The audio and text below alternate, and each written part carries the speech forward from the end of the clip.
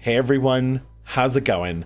BwbB9HUZ the Healer here, and I have another Q&A video. A lot of cool topics today, like tanks communicating with healers, staying motivated as a healer, and why there aren't so many healers in top level Mythic Plus. So we're going to answer all of them today. It should be a lot of fun. I needed something slightly easier to make with the marathon going on. We've raised $3,000 for the Trevor Project, which is such a wonderful cause. Thank you so much for your contributions. And the marathon will continue after a short little 2-day break. So you'll see me all on Thursday going hard once again. But let's answer some of these questions. There's a lot of fun stuff here. And some of these I think can be full videos. So if you want a full video out of any of these topics, let me know in the comment section. And one full video you're absolutely gonna see is my interface, because so many of you wanna know about my UI, my add-ons and whatnot. And I got you. I'll just make an interface season 2. I'll try to make one every season so that people can find my stuff. And then one person asked, what add-on do you use for your quick cast UI? That's from Smeagol. And I just use default Blizzard raid frames and Mouseover casting in the World of Warcraft settings. Nothing special, nothing crazy there. I keep it real simple. The Mash Live asks, how do you deal with boss fights and keys where your group decides to all split apart? And then similarly, Monsieur Momo talks about how frustrating it is when people die with defensives not off cooldown. Like you could have pressed the defensive, you could have pressed the button, and you're trying to Spirit Bloom heal people and they're standing and stuff. And yeah. Honestly, when it comes to any of these things, talk it out, right? Say this stuff in chat. I think it's important to let people know, move in for heals, you're outranging me, use your defensives. And when people die with health pot and defensives up and you know they could have pressed them in time, you should say something. Now, not everyone can handle that. I had a paladin the other night who got really mad at me because I told them to stand in their consecration more, but the only time they were hard to heal is when they weren't standing in their consecration, and it was the only thing they were doing wrong, and they could barely handle it. They started getting really snarky. Not everyone's built for Mythic Plus. Not everyone's built to hear criticism and feedback, but I think it's important that players learn those things. Somebody told me, hey, Bowser, you died with a cooldown up. You should have pressed that defensive. I'd be like, oh my God, you're right. My bad. Like, oh, I should have done that. You know, it's just right. It's important. We're trying to help each other get better. We're not trying to dog on each other. This is a cooperative game, but it is important. Put it in chat, read it, say something. And speaking of putting it in chat, Arena Albion, and tell me if I said that right, says maybe tips and suggestions for tanks communicating, supporting, and coordinating with different healers. Put it in chat. I love when a tank tells me, hey, I'm going to go Giga. Hey, I'm going to pull a double. Hey, doing a small pull first, because it helps the DPS manage cooldowns. It helps me manage cooldowns and know how much I'm willing to commit to a pull, or how much I should be expecting to commit to a pull. If I know we're doing something big, then I'm going to have a different version of my normal setup. And so I think that can be really good information. I also think every tank should have a macro, and I should do this myself, is healer, I need help. And just tell them at the start of the dungeon, hey healer, I have a macro. It's just gonna let you know when I'm running out of buttons and I need a little bit of love. Not everyone tracks cooldowns, so I think this is a good way to bridge that gap, and players will learn playing with tanks who ask for help when they need it. I think that's huge. But as for individual specs, I don't have a ton of advice off the top of my head right now, although I guess this could turn into a full video with a little bit of research. But remember what healer you have. If you have a disc or a preservation, there might be a ramp period. A druid, I believe, druids also have a bit of a ramp period.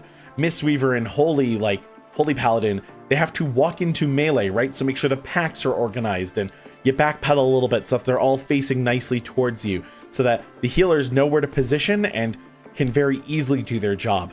I just think just a touch of awareness and not dying on entry is all a healer needs. And yeah, for those bigger pulls, if I know you're going to do something giga, I can throw an external on you, I can move with the group, and then start my ramp accordingly. Like, that little bit of information I think goes a huge long way. Cotton Candy asks the benefits of using Mouseover. And I want you to know this isn't really a dumb question at all.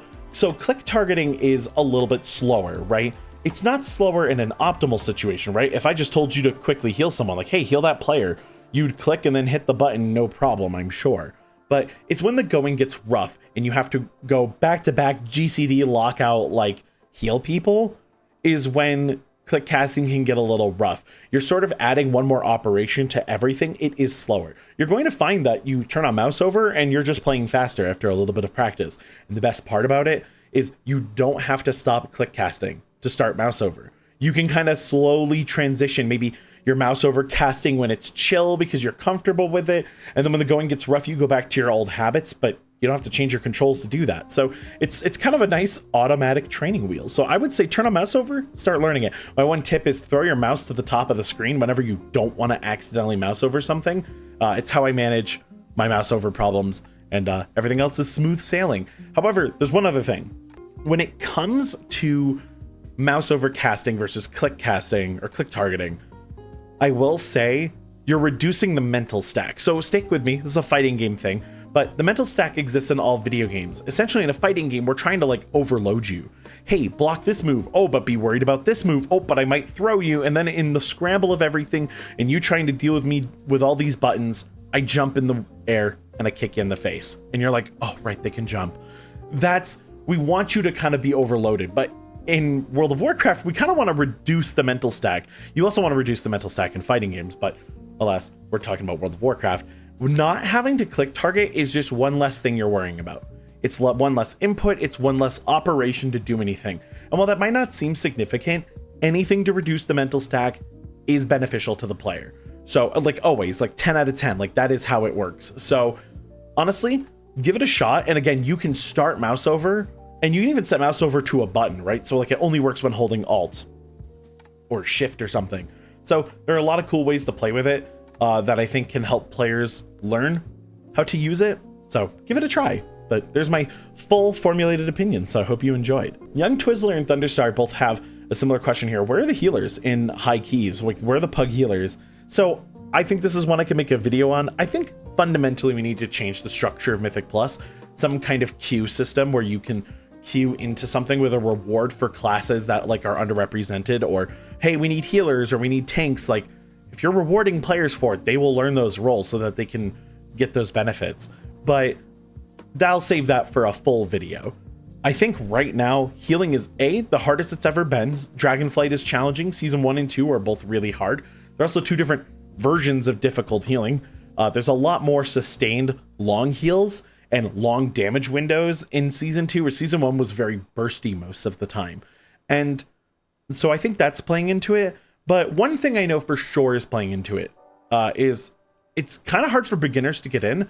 There aren't a lot of beginner-friendly healers right now. Now that I've played Holy Priest, I don't even think Holy Priest is a good beginner healer for Mythic Plus. Like, there's a lot of things that Holy Priest struggles with. And then the final little footnote for all of you, because again, this could really be an essay, is we don't treat healers very nicely. Now, I get treated pretty nicely, but I also have a YouTube channel that's been blowing up. So I think that might be contributing to some of people being very kind to me. But back in Shadowlands, I got not picked on, but sort of like yelled at for like the party dying when we died to something that wasn't my fault. And there's been this stigma since 2004. And I know this because we've been making jokes about it. Like there have been jokes about healers killing the party forever, but it's not always the case. I feel like we need to do a better job of being kind to healers, helping healers want to learn, and encouraging them to play, because right now there aren't a lot of them and the culture has been very negative towards healers. And actually, I think the next comment reveals a bit of that, if you will. Also, healers at high levels, group finds them and goes, hey, we like this healer, we're going to kidnap them. And now that healer never has to worry about pugging anymore. So that also, I think, happens quite a bit at high levels. Also, in the thoughts on the state of healing since the nerf for this season, it's hard.